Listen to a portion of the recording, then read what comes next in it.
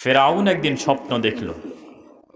স্বপ্নে দেখে সিরিয়া থেকে মিশর হয়ে একখণ্ড অগ্নি সিরিয়া থেকে উৎপত্তি লাভ করে মিশর হয়ে ফেরাউনের রাজপ্রাসাদ এবং ফেরাউনের বংশের যে কিপ্তি সম্প্রদায়, ওই সম্প্রদায়ের সব কিছু তছনছ করে দিয়েছে অগ্নিখণ্ড। সকালবেলা রাজদরবারের মন্ত্রী, প্রতিমন্ত্রী, ফুলমন্ত্রী, হাফমন্ত্রী, ফুরামন্ত্রী, আদামন্ত্রী যা আছে সকলকে, জ্যোতিষী, পরামর্শদাতা, উজির নাজির সকলকে নিয়ে পরামর্শ সবাই বসবে।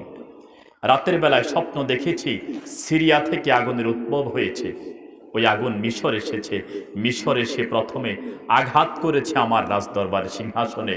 এখান থেকে আমার দলের সমর্থক যারা আছে, আমার বংশের লোক যারা আছে, কিপ্তি সম্প্রদায়, ওদেরকে সবগুলাকে তছনছ করে দিয়েছে। তোমরা আমাকে বলো এই স্বপ্নের ব্যাখ্যা কি হতে পারে? সকলে শ্রম ঘাম ব্যয় করে চিন্তা ভাবনা করে বলল, আপনার বংশে এমন একজন লোক আসবে, সেটা আপনার সাম্রাজ্যে, আপনার বংশে নয়, ওই বংশে, যেই বংশের উপর আপনি অত্যাচার করেন, নির্যাতন করেন, যাদেরকে বিরোধী দল ভাবেন। বনি ইসরাইল সম্প্রদায়, ইয়াকুব আলাইহিসসালাতু ওয়াসসালামের বংশের লোকেরা, ওই বংশের লোকদের উপরে ফেরাউন এরকম নির্যাতন নিষ্পেষণ চালাতো। রাস্তার ঝাড়ুদার ছিল বনি ইসরাইল, নবী বংশের লোকদেরকে ঝাড়ুদার নিয়োগ দিত। বাজারের কুলি ইয়াকুব আলাইহিসসালামের বংশের লোকদেরকে নিয়োগ করত। দপ্তরি ফিয়ন যারা আছে, ঘর মোছার দায়িত্ব, রান্নাঘরের বাবুর্চি, গাড়ি ধোয়া, ঘষা মাজা করা, যা কিছু নিম্ন শ্রেণীর যত কাজ আছে, এই সকল কাজের জন্য নিয়োগ দিত ইয়াকুব আলাইহিসসালামের বংশের লোক যারা বনি ইসরাইল নামে পরিচিত। বলল যে যাদের উপর নির্যাতন নিষ্পেষণ আপনি করেন, ওই বংশ থেকে একজন লোক আসবে, একটা সন্তান জন্মগ্রহণ করবে যে আপনার রাজত্বের জন্য হুমকি হয়ে যাবে। ফেরাউন তাদেরকে বললেন কবে জন্ম নিতে পারে? বলে এটা এই বছর থেকে কয়েক বছরের মধ্যে জন্ম নিতে পারে। ফেরাউন ফরমান জারি করল, যত সন্তান আসবে দুনিয়াতে প্রত্যেককে হত্যা করা হবে। ছেলে মেয়েদেরকে রেখে দিবা, ছেলেদেরকে হত্যা করবা। কয়েক বছর পর্যন্ত হত্যার উৎসব চলছে। কোন কোন বর্ণনা পাওয়া যায় ৮০,০০০ সন্তানকে হত্যা করা হয়েছে। ৮০,০০০ বনি ইসরাইলের শিশু পুত্র সন্তানকে হত্যা করা হয়েছে। কোথাও লাখও পাওয়া যায়, এরকম বর্ণনা আছে। কয়েক বছর যখন এভাবে চলছে হত্যার উৎসব, এই অবস্থায় বনি ইসরাইল সম্প্রদায়ের মধ্যে একটা মহামারী তৈরি হলো। এই মহামারীতে সম্প্রদায়ের অনেক পুরুষ মারা গেল। বাচ্চা তো হত্যা হচ্ছে, পুরুষও মারা গেল। কয়েক বছর যখন যাওয়া আরম্ভ হলো, এবার ফেরাউনের মন্ত্রী যারা আছে, হামান ছিল, এরকম উজির নাজির যারা ছিল, তারা বলল যে যেভাবে বনি ইসরাইল নিঃশেষ হয়ে যাচ্ছে, কাজের লোক, সুইপার, ঝাড়ুদার, রাস্তা পরিষ্কার করনেওয়ালা, এমনকি বাবুর্চিখানার লোক, অফিসের দপ্তরি পিয়ন, এদের সংকট পড়ে যাবে যদি আপনি এটা বন্ধ না করেন। এবার ফেরাউন নতুন করে সিদ্ধান্ত নিল, ১ বছর হত্যা করবা, আর ১ বছর রেখে দিবা। যেই বছর হত্যা নিষিদ্ধ, এ কথা বলার পরে এ বছর হত্যা করার প্রয়োজন নাই। ঠিক এই বছর মূসা আলাইহিসসালামের বড় ভাই হারুন আলাইহিসসালাম জন্মগ্রহণ করেন। এবছর হত্যা করা যাবে না, আগামী বছর হত্যা করতে হবে। যেই বছর সকল পুত্র সন্তান জন্মগ্রহণ করলেই হত্যা করা হবে, ওই বছর হযরতে মূসা আলাইহিসসালাম মায়ের গর্ভে চলে আসেন, আল্লাহ পাকের ইচ্ছা।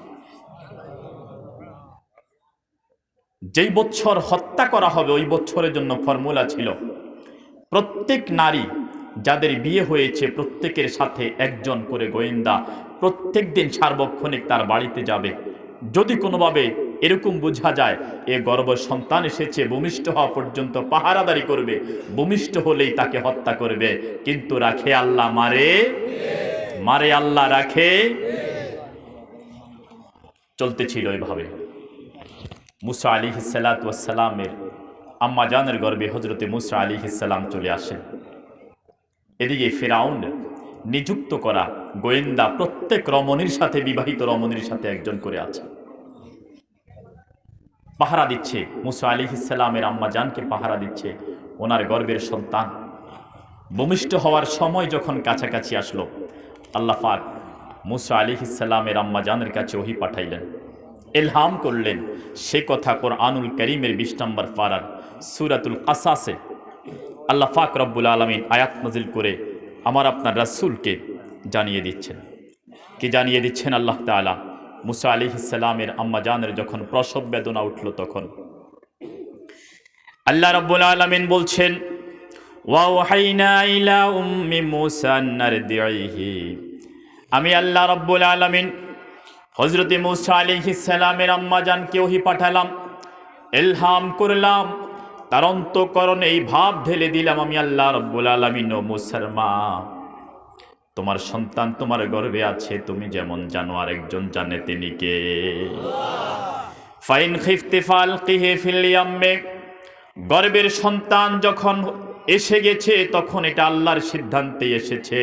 ওই সন্তান নিয়ে তুমি টেনশন করো না, চিন্তিত হইও না। তোমার সন্তান যেহেতু জন্মগ্রহণ করবে, আল্লাহ পাকের সিদ্ধান্ত, ওই সন্তান যদি জন্মগ্রহণ করে, তোমার দিলে যদি আশঙ্কা হয়ে যায় সন্তানকে হত্যা করবে ফেরাউন, তাহলে তুমি ওই সন্তানটাকে দরিয়ার মধ্যে ভাসিয়ে দিও। মুসা আলাইহিস সালাতু ওয়াস সালামের আম্মা জান সন্তান প্রসব করলেন। নবীদের বৈশিষ্ট্য এমন ছিল, যিনি নবী হতেন ওই যুগের যত মানুষ সবচেয়ে সুন্দর ছিল, ওই নবী ওই যুগের সেরা সুন্দর মানুষ বানাই আমার আল্লাহ দুনিয়াতে পাঠাইতে। মুসা আলাইহিস সালাতু ওয়াস সালামকে দেখে, এত সুন্দর সন্তানকে দেখে মায়ের হৃদয় মন ভরে উঠল খুশিতে, কিন্তু আবার ভয় করছে ফেরাউন যদি দেখে যায় তাহলে তো মেরে ফেলবে। ভাবতে ভাবতে সন্তানকে ফেলতেও পারেন না, নিজের কাছে রাখতেও ভয়। যেই গোয়েন্দা ফেরাউন মুসা আলাইহিস সালামের আম্মা জানের কাছে পাঠিয়ে দিয়েছিল, যেই গোয়েন্দা বাহিনীর মহিলা সদস্য, ওই মহিলা সদস্য যখন মুসা আলাইহিস সালাতু ওয়াস সালামকে দেখলো, আমার আল্লাহ মুসা আলাইহিস সালামের আম্মার উপর নিযুক্ত ওই গোয়েন্দা মহিলা সদস্যের দিলের মধ্যে মুসার প্রতি ভালোবাসা পয়দা করে দিয়েছে। মুসা আলাইহিস সালামের আম্মা জান গোয়েন্দাকে দেখে থরথর করে কাঁপে।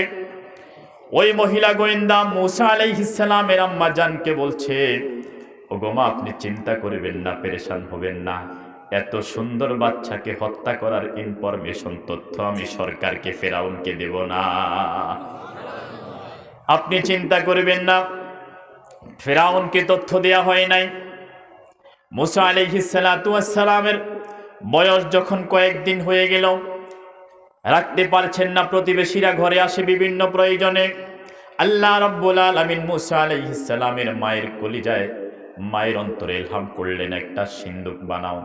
বানাইয়া মুসা আলাইহিস সালাতু ওয়াস সালামকে দরিয়ার মধ্যে রেখে দাও। ইতিহাসের কোনো বর্ণনা এরকম পাওয়া যায়, দরিয়ায় তিনি ভাসিয়ে দিতেন, একটা রশি লাগিয়ে রাখতেন। ওই রশিটা পুকুর ঘাটের যেই বাঁশ ছিল, খুঁটি ছিল, খুঁটির মধ্যে বেঁধে রাখতেন। একদিন বাঁধতে যাবেন, হঠাৎ করে দরিয়ার ঢেউ এসে ওনার হাত থেকে নিয়ে নেয়। পেরেশান হয়ে গেলেন, চিন্তিত হয়ে গেলেন। আবার মনে মনে ভাবছেন, রব্বুল আলামিন তো আমাকে বলছেন ভাসিয়ে দাও, দেখি রব্বুল আলামিন কি করে। মুসা আলাইহিস সালামের একজন বোন ছিল, ওই বোনকে দৌড়ে গিয়ে বললেন, সিন্দুকটা তোমার ভাইকে নিয়ে কোন দিকে যায়, কাছে যাওয়ার প্রয়োজন নাই, একটু দূর থেকে তুমি লক্ষ্য করো, অবলোকন করো। মুসা আলাইহিস সালামের বোন দূর থেকে সিন্দুককে অনুসরণ করে। ওই সিন্দুকের ভিতরে ছোট্ট কয়েকদিন বয়সী মুসা তিনি শুয়ে আছেন। দেখতে দেখতে চলতে চলতে দেখলেন, যেখানে বাঘের ভয় সেখানে রাত পোহায়। আয় হায় রে, যার ভয়ে আমার আম্মা সিন্দুকটা ভাসিয়ে দিয়েছে। ওই ফেরাউনের বাড়ির পিছনে যে পুকুর ঘাট আছে, বাগান আছে, বাগিচার পাশে গিয়ে গাছের সাথে ধাক্কা লেগে এখন সিন্দুকটা আর কোনো দিকে যায় না। বোনও ভয়ে ঢুকেন না, না জানে আমি যদি ঢুকি তাহলে জিজ্ঞাসা করবে তুমি কেমনে দেখেছো, এটার পিছনে কেন এসেছ। তিনি দূর থেকে দৃশ্য অবলোকন করেন। ফেরাউনের স্ত্রী আসিয়া ওযু করতে এসেছেন, দাসীরাও এসেছে, বাড়ির কাজের মহিলারা এসেছে, সকলে এসে দেখলো সিন্দুক একটা মুখ বন্ধ করা। সিন্দুকটা উঠিয়ে নিল। এবার তারা খুলবে কি খুলবে না চিন্তায় পড়ে গেল। এবার একজন বুদ্ধি দিল, আমরা খুলব না, যদি আমরা খুলি এটাতে হয়তো মূল্যবান সম্পদ থাকতে পারে। ফেরাউনের সামনে নিয়ে যাব, উনি খুলবেন, খুশি হবেন, আমাদের প্রতি উনি সন্তুষ্ট হবেন, ওনার আস্থাভাজন হয়ে যাব। সকলে ধরাধরি করে সিন্দুকটাকে ফেরাউনের রাজদরবারে নিয়ে গেল। রব্বুল আলামিনের ইচ্ছা ছিল এখানেই মুসা লালিত পালিত হবেন। ফেরাউন মুসা আলাইহিস সালাতু ওয়াস সালামকে দেখল। এবার সকলে হাজির হয়ে গেল রাজদরবারের মন্ত্রী প্রতিমন্ত্রী লোকজন। সকলেই মুসা আলাইহিস সালাতু ওয়াস সালামকে দেখে সকলের দিলে মায়া মোহাব্বত প্রেম ভালোবাসা জাগ্রত হলো। কিন্তু ফেরাউন বড় বিচক্ষণ, বড় চালাক ছিল। ফেরাউন বলছে এটা হতে পারে ওই ছেলে। দেখছেন কেমন শিয়ানা। কিন্তু আসিয়া তার কোনো সন্তান নাই। সন্তানের জন্য কলিজাটা হাহাকার করে। অন্যের সন্তান যখন কোলে নেয়, যার বাচ্চা হয় না, গ্রামের মানুষ তার কোলে সন্তান দেয় না, বলে এটা একটা কুসংস্কার, এটা ঠিক না। বলে ওর কোনো বাচ্চা নাই, সুতরাং তার কোলে দিও না, আমার সন্তানের অমঙ্গল হবে, নাউজুবিল্লাহ বলে। আসিয়ার কোলে কেউ সন্তান দেয় না, কিন্তু কলিজাটা সন্তানকে কোলে নেয়ার জন্য হাহাকার করে। মুসা আলাইহিস সালাতু ওয়াস সালামকে দেখে আসিয়া, এত সুন্দর বালককে দেখে, ছোট্ট বাচ্চা দেখে মায়া লেগে যায়। এবার ফেরাউন দেখে যখন এই কথা বলছে, এবার আসিয়া ফেরাউনকে লক্ষ্য করে বলছে আমাদের তো কোনো সন্তান নাই, এত সুন্দর ফুটফুটে বাচ্চা আপনার জীবনে দেখেন নাই, আমিও দেখি নাই, তাকে আমরা আমাদের কাছে রেখে দেব, লালন পালন করব, আমাদের কোনো সন্তান নেই, ছেলে সন্তান নেই যে আপনার রাজত্বে আপনার সিংহাসনে চেয়ারে বসবে। ওকে লালন পালন করে বড় করব, সন্তান রূপে গ্রহণ করব, তাহলে সে আমাদের প্রতিনিধিত্ব করবে, আপনার সিংহাসনে আপনার মৃত্যুর পরে বসবে। কিন্তু ফেরাউন চতুর মানুষ, সে বলছে আসিয়া তুমি যতই বলো আমার মন কিন্তু সায় দেয় না। কিন্তু মানুষ যত বড় পাষাণ হৃদয়ের অধিকারী হোক না কেন, স্ত্রীর কাছে একটু দুর্বলতা থাকে কিনা? কারণ আল্লাহ রাসূল বলছেন ওয়াতার রাজুল ইমরাতাহু, একটা সময় আসবে স্ত্রীর অনুসরণ করবে, মায়ের চাইতে স্ত্রীর কথা বেশি শুনবে, আছে না নাই? স্ত্রী যদি কয় দাঁড়িয়ে থাকো বসে যায়, বসতে বললে শুয়ে যায়, শুইতে বললে ঘুমাইয়া যায়, এরকম কিছু স্বামী এই এলাকায় নাই। আমার ভাইয়েরা, কিন্তু স্ত্রীর কথা ফেরাউন ফেলতে পারল না, অনিচ্ছা সত্ত্বেও রেখে দিল। প্রাণের প্রিয়তমা স্ত্রী রাত্রে একসাথে ঘুমাইতে যাইবে, হয়তো আরেক দিকে ফিরে মন খারাপ করে শুয়ে থাকবে, অনিচ্ছা সত্ত্বেও স্ত্রীর কথায় রাজি হলো, বলল তুমি যেহেতু বলছো তাহলে ছেলেটাকে রাখতে পারো। এবার ছোট্ট কয়েকদিনের বাচ্চা দুধ পান করাবে কে? দুধ পান করানোর জন্য মহিলার প্রয়োজন। এই দিকে সব দৃশ্য মুসা আলাইহিস সালামের বোন দূর থেকে দেখছেন। তিনি দূর থেকে দেখছেন দলে দলে মহিলারা আসতেছে। ফেরাউন রাষ্ট্রের প্রধান, যিনি তার সন্তানকে দুধ পান করাবে, অনেক টাকা পাওয়া যাবে। হাজার হাজার মহিলা সারিবদ্ধ হয়ে লাইন ধরে, সকলের মুখে সকলে এসে মুসা আলাইহিস সালামকে দুধ পান করাতে চায়। কিন্তু আল্লাহ পাকের ইচ্ছা মুসা আলাইহিস সালাম কারো দুধ পান করেন না। এই দৃশ্য মুসা আলাইহিস সালামের বোন দেখল, এদিকে কারো দুধ পান করে না। আসিয়ার পেরেশানির শেষ নাই। মুসা আলাইহিস সালামের বোন দূর থেকে মানুষের ভিড় ঠেলে এসে বলল, আমার কাছে একজন মহিলা আছে আমার পরিচিত, যেই বাচ্চাকে দুধ খাওয়াইতে চাই, ওই মহিলার দুধ সকল বাচ্চা খায়। সকলে একটু সন্দেহ করলো, কিন্তু নবীর মেয়ে, নবীর বংশের লোক, অত্যন্ত বুদ্ধিমত্তার সাথে নিজে কৌশলে উত্তর দিল, না, তোমরা যদি চাও তাহলে আমি বলবো, যদি তোমরা না চাও তাহলে আমি সন্ধান দিব না, আমি ফিরে যাব। এবার একটু পিছু টান যখন দিলেন, তাদের সন্দেহটা দূর হয়ে গেল। এবার বললেন তাহলে তাকে নিয়ে আসো। মুসা আলাইহিস সালামের বোন দৌড়ে গেলেন, সমস্ত ঘটনা খুলে বললেন। খুলে বলছেন, মা, আমার ভাই তো কারো দুধ মুখে নেয় না, সকল মহিলা চেষ্টা করেছে, আমি আপনার সন্ধান দিয়েছি, তবে পরিচয় গোপন রেখেছি। এবার মুসা আলাইহিস সালামের আম্মা জান সন্তর্পণে হাঁটি হাঁটি পা পা করে ফেরাউনের রাজদরবারে যখন গেলেন, যেই মাত্র মুসাকে দুধ পান করাইলেন, মুসা কারো দুধ পান করলো না, মাকে দেখেই মায়ের দুধ পান করা শুরু করে দিল। এবার আসিয়া তো, যার সন্তান আসিয়া এখনো বোঝেন না এটা যে ওনার সন্তান, আসিয়া বলছেন, তুমি এখানে থাকো, রাষ্ট্রীয় যত সুযোগ সুবিধা আছে তোমাকে দেয়া হবে, প্রতি মাসে তোমাকে বেতন দেয়া হবে। মূসা আলাইহিস সালামের আম্মাজান বলছেন, আমার আরো কয়েকটা সন্তান আছে, তাদেরকে রেখে এখানে থাকতে পারবো না, আমার স্বামী অনুমতি দিব না। তোমরা যদি চাও তাহলে আমি এই সন্তানটাকে বাড়িতে নিয়ে যাব, আর যদি তোমরা চাও তোমাদের সন্তান তোমাদের কাছে থাক, আমি চলে যাই। একটু অনীহা দেখাইলেন। তাহলে এবার এই যে প্রকৃত মা, এই সন্দেহ করার আর সুযোগ রাখলেন না তিনি। এবার মূসা আলাইহিস সালামের আম্মা জান রাজ দরবারে থেকে সন্তানকে দুধ পান করাবেন, তিনি অনীহা প্রকাশ করলেন। এবার আসিয়া বাধ্য হয়ে তাকে বললেন, তুমি প্রত্যেক মাসে তাকে দুধ পান করাইবা, এই দুধ পান করানোর পরিবর্তে প্রত্যেক মাসে রাষ্ট্রীয় কোষাগার থেকে তোমাকে একটা বেতন দিয়ে দেয়া হবে। নিজের ছেলেকে দুধ পান করাচ্ছে, শত্রু যিনি তার পক্ষ থেকে প্রতি মাসে বেতনও পাচ্ছে। এই সব কিছু কার কলা কৌশল? ওয়াল্লাহু খায়রুল মাকিরিন। তোমরা যতই কৌশল করো না কেন, আমি আল্লাহর কৌশল সবচেয়ে বড়। সন্তানকে বুকে নিয়ে প্রশান্ত চিত্তে মনে চলে গেলেন বাড়িতে। সন্তান লালন পালন করেন। মাঝে মাঝে আসিয়ার যখন মন চায় আবার পাঠান, আবার সন্তানকে আসিয়া দেখে আবার নিয়ে যায়। কিন্তু মাস শেষে বেতনগুলা আসিয়া ওই মূসা আলাইহিস সালামের আম্মা জানকে পাঠিয়ে দেন। একদিন, 2 দিন, 3 দিন যায়, 1 বছর, 1.5 বছর, 2 বছর যখন হয়ে যায়, একটু একটু করে হাঁটে। স্ত্রীর অনিচ্ছা, স্ত্রীর ইচ্ছা, ফেরাউনের অনিচ্ছা, এরপর স্ত্রীকে দেখানোর জন্য মাঝে মাঝে একটু কোলে নেয়। একদিন ফেরাউন মূসা আলাইহিস সালামকে কোলে নিয়েছে।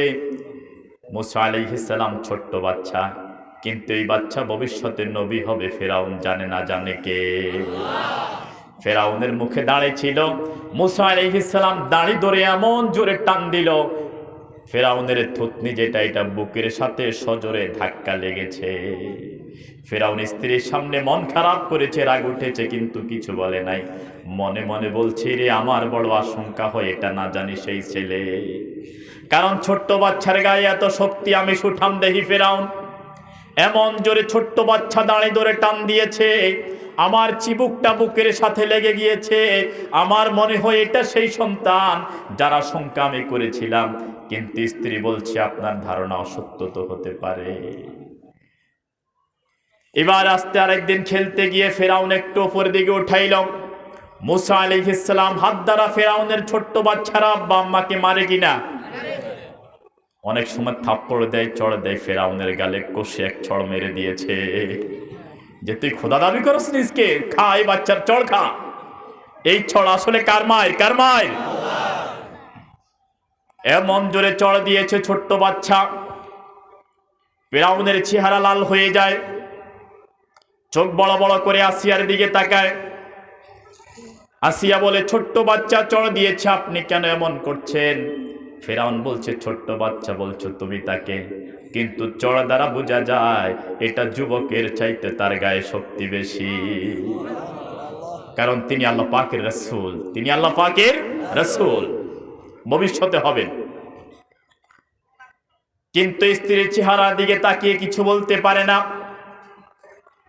এভাবে আস্তে আস্তে দুধ ছাড়া হয়ে যায়। মূসা আলাইহিস সালাম আম্মার কাছে লালিত পালিত হন, আস্তে আস্তে বড় হয়ে যান। বড় হতে হতে এবার 2টা ঘটনা যখন ফেরাউনের চোখ খুলে যায়, এবার ফেরাউন স্ত্রী আসিয়াকে বলছে, আসিয়া রে, আমার মনে হয় ওটাই সেই সন্তান যার ভয় আমি করেছিলাম। আসিয়া বলে, ছোট্ট বাচ্চা আপনি কি বলেন, একটা পরীক্ষা হয়ে যাক। এক পাত্রে রাখলো আগুন, আর এক পাত্রে রাখলো মণি মুক্তা জহরত, যেটা ঝলমল ঝলমল করে মূসার সামনে রাখলো।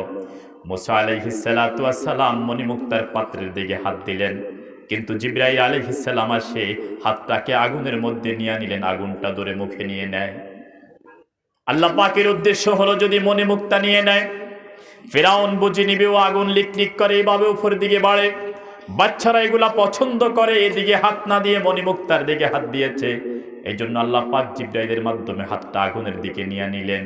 আগুনের দিকে নিয়ে ফেরাউনকে বুঝাইতে চায়, আসলে এটা বুড়া নয়, এটা ছোট্ট বাচ্চা, কিন্তু আল্লাহ পাকের ইচ্ছা ওকে দিয়েই তোমাকে শায়েস্তা করব। আস্তে আস্তে মুসা আলাইহিস সালাম বড় হচ্ছেন। এক কথা দু কথা মায়ের সাথে কথা হতে হতে 12-14 বছর বয়স যখন হয়ে যায়, আস্তে আস্তে মায়ের কথা দ্বারা তিনি বুঝে নিলেন ফেরাউন যেই সম্প্রদায়ের মানুষ, মুসা আলাইহিস সালাম ভিন্ন সম্প্রদায়ের মানুষ, এতদিন জানতেন না। মায়ের কথা দ্বারা তিনি জেনেছেন তিনি বনি ইসরাইলের ইয়াকুব আলাইহিস সালামের রক্ত মুসার শরীরে আছে, আর ফেরাউন হলো নিজেকে খোদার চেয়ারে বসিয়েছে। বনি ইসরাইলদের সাথে আস্তে আস্তে পরিচিত হচ্ছেন। যতই দিন যাচ্ছে তিনি দেখতেছেন বনি ইসরাইলের লোকগুলাকে রাস্তার ঝাড়ুদার বানায়, বাবুর্চিখানার বাবুর্চি তাদেরকে দেয়, রাস্তার কুলি বাজারের কুলি তাদেরকে বানায়। যত নিম্ন শ্রেণীর অপমানজনক কাজ আছে সব কাজগুলা বনি ইসরাইলের লোকদেরকে দিয়ে করায়। মুসা আলাইহিস সালাম অন্তরে ব্যথা পান কিন্তু কিছু বলেন না। একদিন অতি সন্তর্পণে ফেরাউনের চোখ পাকে দিয়ে শহরে ঘুরে বেড়ান মুসা আলাইহিস সালাম। ঘুরতে ঘুরতে দেখেন একজন কিপ্তি বংশের ফেরাউন বংশের লোক, আরেকজন বনি ইসরাইল মুসার নিজের বংশের লোক তর্ক করছে রাস্তায় দাঁড়িয়ে। ওই লোকটা মুসা আলাইহিস সালামের বংশের লোকটাকে মারার জন্য, হত্যা করার জন্য উদ্ধত হয়েছে। নিজের সম্প্রদায়ের লোকটা মুসাকে দেখে চিৎকার করলো, ভাই আমাকে বাঁচাও, রক্ষা করো। মুসা আলাইহিস সালাম গিয়ে দেখলেন একটা ফেরাউনের পক্ষের আরেকটা ইয়াকুব আলাইহিস সালামের পক্ষের লোক, তাকে ছাড়াতে না পেরে ছোট্ট 13-14 বছরের বাচ্চা মুসা তাকে আস্তে করে ছাড়ানোর জন্য একটা ঘুষি দিলেন। এক ঘুষিতে ওই লোকটা মারা যায়। এটা এমন লোকের ঘুষি, এমন এক কিশোরের ঘুষি যেই কিশোরকে আল্লাহ তাআলা অচিরেই নবুয়ত দ্বারা সম্মানিত করে নবী এবং রাসূলের মর্যাদায় অধিষ্ঠিত করবেন। এটা হলো সেই মুসা। তিনি মারা যান। মুসা আলাইহিস সালাম ভয় পেয়ে গেলেন, আমি তো ঝগড়া থামানোর জন্য একটা ঘুষি দিয়েছি মাত্র, কিন্তু তিনি যে নবী হবেন তিনিও জানতেন না, ঘুষির আঘাতে মারা যাবে, তাই ভয় হয়ে চলে গেলেন। পরের দিন আবার দেখলেন একই কাণ্ড, একই কারখানা। আরেকজন লোকের সাথে ওই লোকটারই ঝগড়া। মুসা আলাইহিস সালামকে দেখে ডাক দিলেন। ফেরাউন বংশের লোকটা মুসাকে বলছিল, মুসা কালকে একটা লোককে ঘুষি মেরে হত্যা করেছো, আজকে তুমি আমার দিকে তেড়ে আসতেছ। যদি আজকে তুমি আমার গায়ে ঘুষি মারো আমি কিন্তু ফেরাউনের কাছে বিচার দেব। এক কান দু কান তিন কান হতে হতে মুসার ঘুষিতে ফেরাউন বংশের লোক মারা যায়। এটা ফেরাউনের কাছে চলে যায়। ফেরাউন এবার বলছে, আমি দুধ কলা দিয়ে সাফে না পোষণ করেছি। নাউজুবিল্লাহ বলেন। আমি তো এমন লোককেই লালিত পালিত করেছি, আমার রাষ্ট্রের টাকা খরচ করে যে আমার শত্রু হয়ে যাবে। এবার শাহী ফরমান জারি হয়ে গেল, এই বালক কোথায় আছে যাকে দুধ কলা দিয়ে পুষেছি, রাষ্ট্রের টাকা খরচ করে সবচেয়ে উন্নত খাবার দাবার পোশাক পরিয়েছি, লোকটাকে ধরে আনো, তাকে হত্যা করা হবে।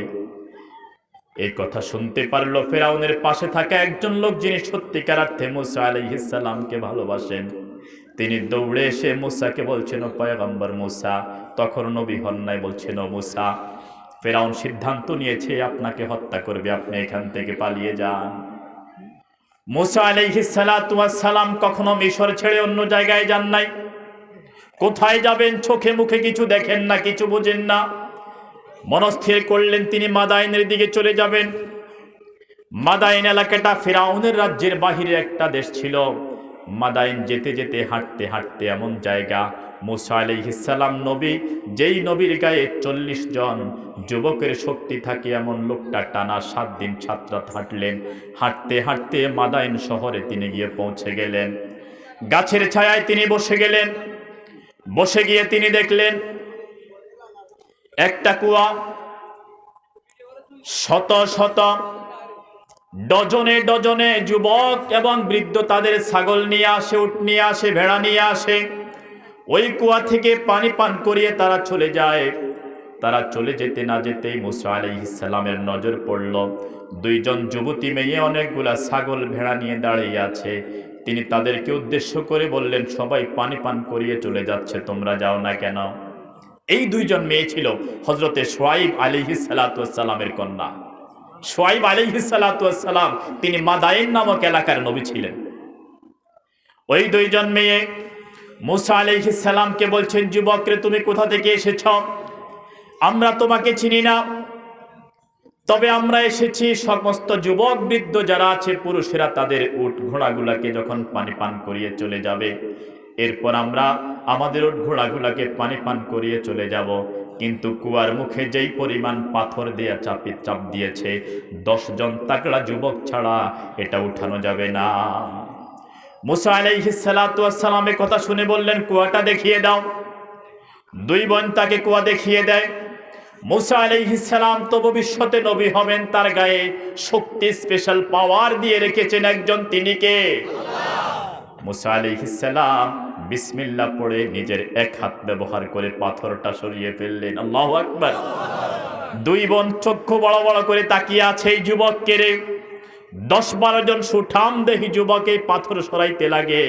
এই যুবক 14, 15, 16 বছরের যুবক হাত দিয়ে ইশারা করেছে, মনে হয় পাথরটা সরে গিয়েছে।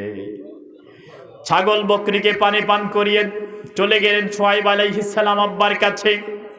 বয়োবৃদ্ধ মানুষ নবে, আব্বা কি বিয়ে বললেন, আব্বা আমরা চলে এসেছি আজকে তাড়াতাড়ি।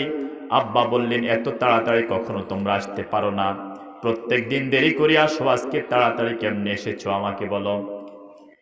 2 বোন আব্বাকে বলছে, আব্বা জান শোনেন, আমরা অপেক্ষায় আছি, পান করাবো উট ঘোড়াকে পানি। দেখলাম অপরিচিত এক যুবক আমাদের দিকে তাকিয়ে বলছে, তোমরা কেন এসেছো? বলতেই সে পাথরটা উঠিয়ে পানি পান করিয়ে দিল, তাকে আমরা চিনি না। তবে যুবকটা অত্যন্ত সুঠাম দেহি সুন্দর মানুষ, এত সুন্দর মানুষ এই শহরে আর নাই। শুআয়ব আলাইহিস সালাম 2 জন মেয়ের একজনকে পাঠিয়ে দিলেন, যাও যুবককে ডেকে নিয়ে আসো, তার যে পরিশ্রমের ফসল পাওনা বেতন তাকে দিয়ে দিব। ফেরাউনের কবল থেকে পালিয়ে এসেছেন, আল্লাহ পাক আরেক নবীর ঘরে তাকে আশ্রয় দিল। 2 বোনের এক বোন এসেছে। মুসা আলাইহিস সালাম এখনো এই জায়গায় বসা। 7 দিন টানা হেঁটেছেন, 7 রাত টানা হেঁটেছেন, ক্লান্তি ভর করেছে, গাছের সাথে হেলান দিয়ে বসে আছেন। একজন বোন এসে বলছে, যুবককে, আমার আব্বা বয়োবৃদ্ধ মানুষ, তোমাকে অনুরোধ করেছে তুমি আব্বার সাথে একটু দেখা করো, তোমার কষ্টের পরিশ্রমের ফসল আব্বা দিয়ে দিবেন। মুসা আলাইহিস সালাম চিন্তা করলেন, আমি তো কোনো উপকার পাওয়ার জন্য তোমাদের উপকার করি নাই। তাদেরকে বললেন, এই জন্য যাব না, পারিশ্রমিকের জন্য, বেতনের জন্য নয়। তবে তুমি যেহেতু বলছো তোমার আব্বা একজন বয়োবৃদ্ধ মানুষ, বয়োবৃদ্ধ মানুষের সম্মান রক্ষার্থে একটু দেখা করতে যাব। মুসা আলাইহিস সালামের বোন চলছেন, শুআয়ব আলাইহিস সালামের এক কন্যা চলছেন, মুসা আলাইহিস সালামও চলছেন। এখন তিনি রাস্তা চিনেন না, কিন্তু যে রাস্তা দেখাবে সে তো সামনে। মুসা আলাইহিস সালাম মেয়েটিকে বললেন, ও মেয়ে, তুমি পিছনে যাও। দেখছেন, তুমি পিছনে যাও, তুমি সামনে হাঁটবা না। তুমি একটা যুবতী মেয়ে, আমার সামনে হাঁটবা না। তুমি পিছন থেকে আমাকে বলো কোন দিকে যেতে হবে, রাস্তায় ডান নাকি বামে। তুমি শুধু আমাকে পিছন থেকে তুমি ইনফরমেশন দাও, দিয়ে তোমাদের বাড়ি পর্যন্ত আমাকে পৌঁছিয়ে দাও। এই ঘটনাটা কেন আপনাদেরকে শুনিয়েছি? ওই যুবতীকে মুসা আলাইহিস সালাম বলছেন, তখন নবী হন নাই, পিছনে যাও, আমাকে রাস্তার সন্ধান দাও। এখান থেকে মাসআলা বেরিয়েছে, যুবতী মেয়েদের পিছনে হাঁটা যাবে না। জোরে বলেন, যাবে না। স্কুলের মেয়েরা যখন স্কুল ছুটি হয়ে যায় তাদের পিছনে হাঁটা বলেন, যাবে না। এখান থেকে এই মাসআলাটা খেয়াল রাখবেন। স্কুলে পিছনে মেয়েদের পিছনে হাঁটে এরকম যুবক আছে না? আব্বার কাছে খবর দেয়, আপনার ছেলে মেয়ের পিছনে পিছনে বাড়ি পর্যন্ত যায়। আব্বা বলে, ছেলে মানুষ, ঘরে ধরে রাখা যায়, কয়বার তাকে বাধা দিব, এরকম বলে না? বলে, ও এখনো ছোট, বয়সকালে কিছু দোষ করে, এখনো ছোট মানুষ।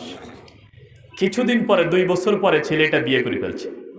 এবার আব্বা গাব গাছের এক লাঠি নিয়ে ঘরের দরজায় দাঁড়িয়ে আছে, তুই বাড়িতে আয়, তোর মাথা ফাটিয়ে দিব। যখন হারাম কাজ করতো মেয়ের পিছনে পিছনে, আব্বা তখন নীরব। এবার যখন বিবাহ বৈধ, নবীর সুন্নত পালন করেছে, বিয়ে করে ফেলেছে, এবার আব্বা বলে, তোর মাথা ফাটিয়ে দিব, আব্বা এবারে সরব। এরকম আব্বা আছে না নাই? ও মেয়ের পিছনে পিছনে ঘুরে, বুঝবেন ওর বিয়ের বয়স হয়েছে, বিয়ে করাই দেন। মেয়ে প্রেম করে, আপনি বলেন এখনো ছোট না, ও প্রেম যেহেতু বুঝেছে, ওকে আপনি তাড়াতাড়ি বিয়ের ব্যবস্থা করেন। ছোট বলেন তো আপনাকে আপনি বিয়ে দেন লাগবে না, ও আরো আগে পালিয়ে যাবে, এরকম ঘটনা আছে না নাই? এই জন্য নারীর পিছনে হাঁটা জায়েজ।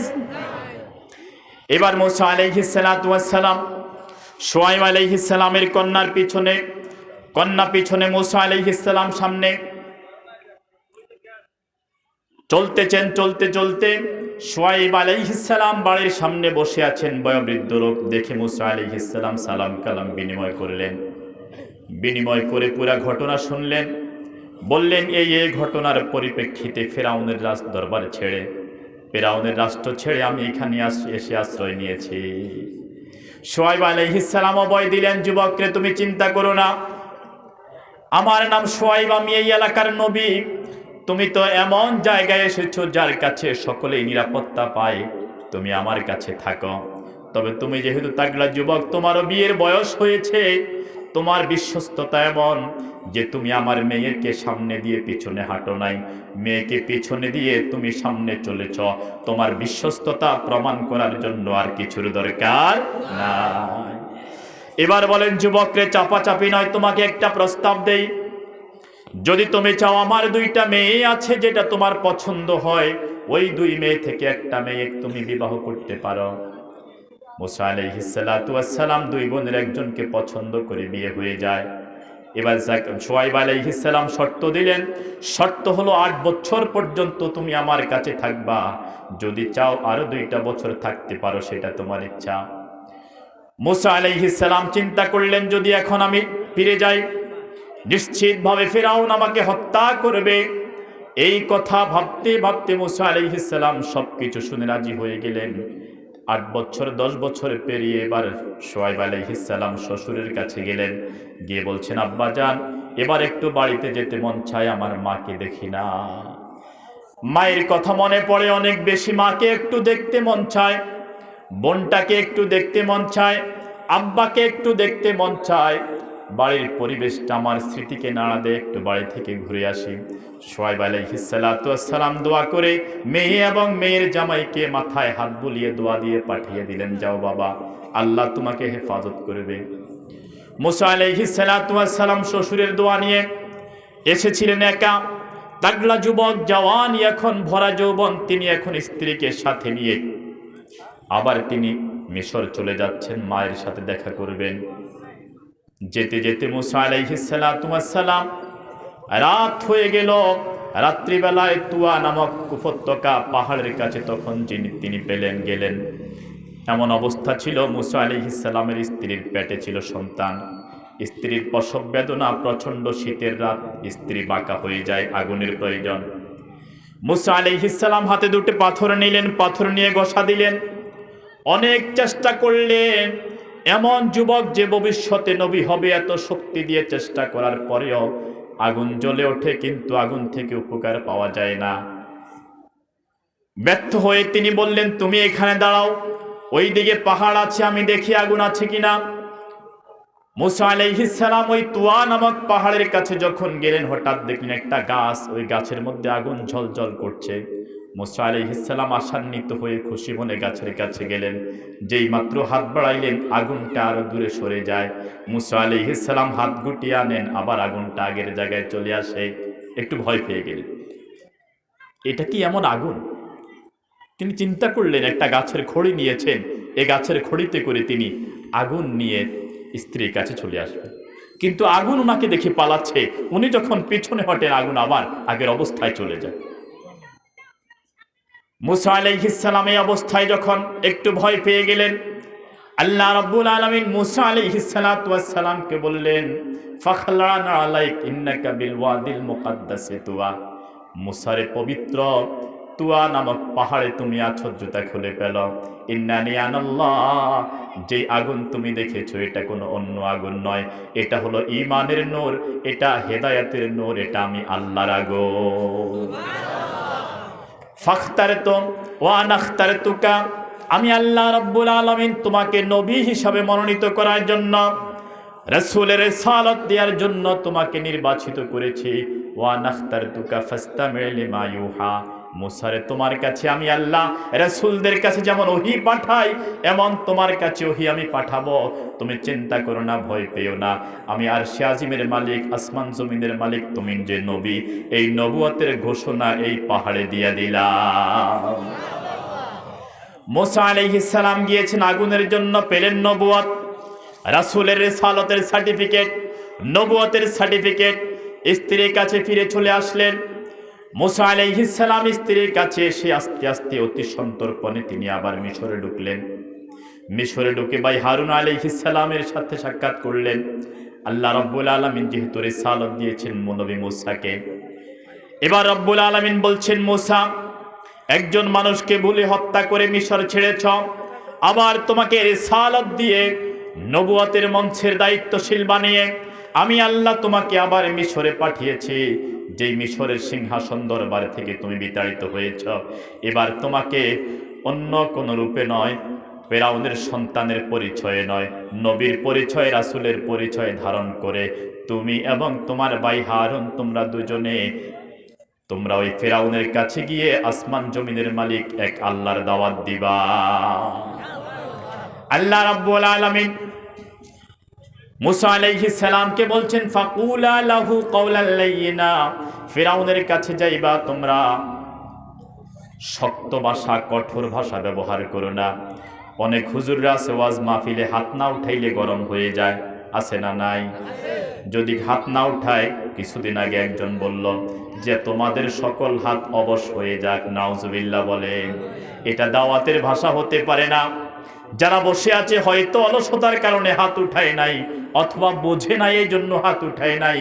ফেরাউনের সাথে কোমল ভাষায় ব্যবহারের জন্য আল্লাহ রাব্বুল আলামিন বলছেন, নবীর উম্মতরা যদি হাত না উঠায়, কোন বক্তা যদি বলে তোমাদের হাত অবশ হয়ে যাক, এই বক্তা এই মঞ্চে বসার যোগ্যতা রাখেন না। আমার ভাইয়েরা, মুসা আলাইহিস সালাতু ওয়াস সালাম এবং হারুন আলাইহিস সালাতু ওয়াস সালাম ফেরাউনের দরবারে গেলেন। দরবারে গিয়ে তাকে দাওয়াত দিলেন। আল্লাহ রাব্বুল আলামিন মুসা আলাইহিস সালাতু ওয়াস সালামকে দুইটা মুজিজা দিয়েছেন। কয়টা? মুসা আলাইহিস সালাম বগলের নিচে হাত ঢুকাইতেন, ওই হাতটাকে যখন বের করতেন, দুই পাশে টিউব লাইট যেমন জ্বলে, মুসা আলাইহিস সালাম বগল থেকে হাত বের করলে টিউব লাইটের মতো চতুর্দিকে আলোকিত হয়ে যেত। এই একটা মুজিজার একটা হলো ওনার একটা লাঠি ছিল। কি ছিল? এটা মনে হয় সবাই জানেন, ঠিক না? আদম আলাইহিস সালাতু ওয়াস সালাম যখন জান্নাত থেকে আসেন, আল্লাহ রাব্বুল আলামিন ওই জান্নাত থেকে যখন দুনিয়ায় পাঠিয়ে দেন, আদম আলাইহিস সালামের সাথে একটা লাঠি ছিল। ওই লাঠিটা এরপরে নূহ আলাইহিস সালাম, এভাবে আস্তে আস্তে ইয়াকুব আলাইহিস সালাম, ইব্রাহিম আলাইহিস সালাম হইয়া শুআয়ব আলাইহিস সালামের হাতে ছিল। এবার শুআয়ব আলাইহিস সালাম মেয়ে এবং মেয়ের জামাইকে যখন পাঠিয়ে দেন মিশর, যৌতুক হিসাবে একটা লাঠি দিলে। আপনারা কি দেন? ফ্রিজ, সোফা, লাখ লাখ টাকা দেয় কিনা? দেয় কিনা? শুআয়ব আলাইহিস সালাম দিলেন একটা লাঠি। এখন যদি আপনি একটা লাঠি দেন, হয়তো ঘুরাই ধরে মার দিবে। আর কিছু পাও না, লাঠি দিছ, যাক ভালো হয়েছে। তোমার মাইয়া যদি উল্টা পাল্টা কিছু করে দিমু ফিরা। এখনকার জামাইদের চরিত্র এমন কিনা? সময় আমার হাতে কম।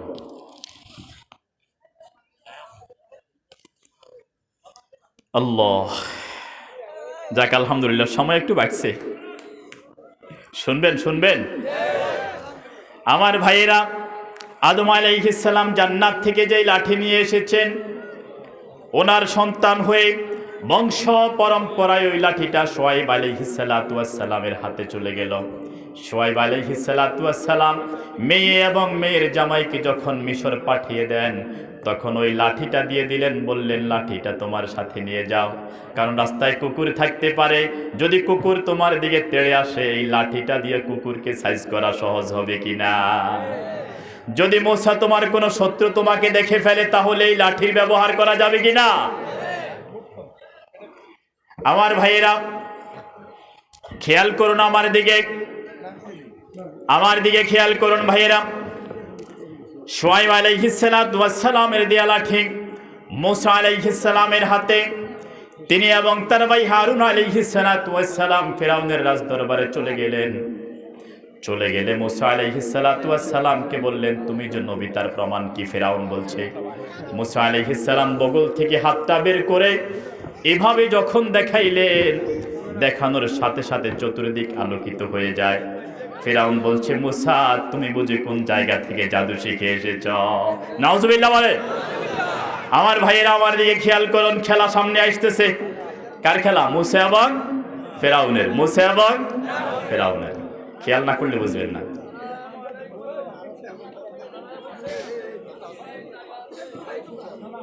এবার ফিরআউন বলছে, আর কিছু দেখাইবা?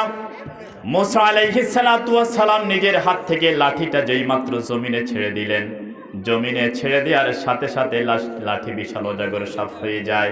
ফিরআউনের সিংহাসন ভবনের সামনে ওই সাপটা এরকম ভাবে হা করে, সাপের মুখের নিচের অংশটা জমিনে আর উপরের অংশটা ফিরআউনের রাজপ্রাসাদের ছাদে। আল্লাহু আকবার। ফিরআউন অবাক হয়ে যায়, কিংকর্তব্য বিমূঢ় হয়ে যায়, ভয় পেয়ে যায়। এটা আমি কি দেখলাম? এরকম সাপ তো কখনো দেখি নাই। এরপর ক্ষমতার মোহে অন্ধ ফিরআউন নবী আলাইহিস সালামের দাওয়াত গ্রহণ করলেন না। দাওয়াত গ্রহণ না করে নবীর মুজিজাকে প্রত্যাখ্যান করে তাকে বলছেন, মূসা এখান থেকে পালিয়ে গিয়ে কোন জায়গায় আত্মগোপন করেছো? ওখান থেকে জাদু শিখে এসেছ। নাউজুবিল্লাহ বলেন। মূসা আলাইহিস সালাম বলেন, ফিরআউন রে, জাদু নয়, জাদু নয়। আমি আল্লাহ পাকের নির্বাচিত নবী। আদম যেমন নবী, শীস যেমন নবী, ঈসা যেমন নবী, মূসা যেমন নবী, ইব্রাহিম খলিলুল্লাহ যেমন নবী, শুআয়ব আলাইহিস সালাম যেমন নবী, ইয়াকুব আলাইহিস সালাম বনি ইসরাইলদের প্রধান যিনি তিনি যেমন নবী, আল্লাহ রাব্বুল আলামিন নবুয়ত দ্বারা আমাকেও সম্মানিত করেছে। আমার ভাইরা, মূসা আলাইহিস সালামের দাওয়াত প্রত্যাখ্যান করে তাকে জাদুকর বলল। এবার মূসা আলাইহিস সালাম দাওয়াত দিয়ে চলে আসলেন। ফিরআউন এবারে সকলকে ডাকল, সভাসদ, মন্ত্রী, প্রতিমন্ত্রী সকলকে ডেকে বলল, মূসার কাণ্ড কারখানা তোমরা দেখেছ, এটা কি দেখাইল? আশেপাশের যত জ্যোতিষী ছিল, স্বপ্নের ব্যাখ্যা কারক যারা ছিল, তারা আবার দৌড়ে এসে হাজির হয়ে গেল। তারা সকলে বলছে, এটা জাদু ছাড়া কিছু নয়, আমাদের কাছে জাদুকরের কোনো অভাব না। যেই যুগে যেই জিনিস চলে, আল্লাহ তাআলা ওই যুগের নবীকে ওইটাকে প্রত্যাখ্যান ধ্বংস করার জন্য পারমাণবিক বোমা মিসাইল দিয়ে ওইটার আরো বড় শক্তি দিয়ে আল্লাহ তাআলা পাঠিয়ে দেন। রাসূলের যুগে সাহিত্য ছিল, আল্লাহ তাআলা আমাদের রাসূলকে সবচেয়ে উত্তম সাহিত্য দিয়ে পাঠিয়েছিলেন। দাউদ আলাইহিস সালাতু ওয়াস সালামের যুগে লোহার ব্যবহার ছিল, আল্লাহ তাআলা দাউদ আলাইহিস সালামকে লোহার যত কারুকার্য তৈরি করা যায় এটার সকল ধরনের জ্ঞান দিয়ে পাঠিয়েছেন, যে তোমরা তো কামারের দোকানে গিয়ে বানাও। আর দাউদ আলাইহিস সালাম শুধু হাত দিয়ে ইশারা করতেন, এভাবে লেপন দিতেন, হাত দিয়ে মুছে দিতেন, সুন্দর অত্যাধুনিক ডিজাইনের তলোয়ার হয়ে যেত। মূসা আলাইহিস সালামের যুগে জাদুর প্রভাব ছিল সবচেয়ে বেশি। আল্লাহ তাআলা জাদুকে ধ্বংস করার জন্য মূসা আলাইহিস সালাম ওই যে বেহেশতি লাঠি নিয়ে এসেছেন, ওই লাঠিকে সাপ বানিয়ে দিলেন। স্বপ্নের ব্যাখ্যাকারকটা বলল, এটা জাদু ছাড়া কিছু নয়। মহাশয় জাহাপনা, আপনি ভয় পাবেন না, আমাদের কাছে হাজার হাজার জাদুকর আছে।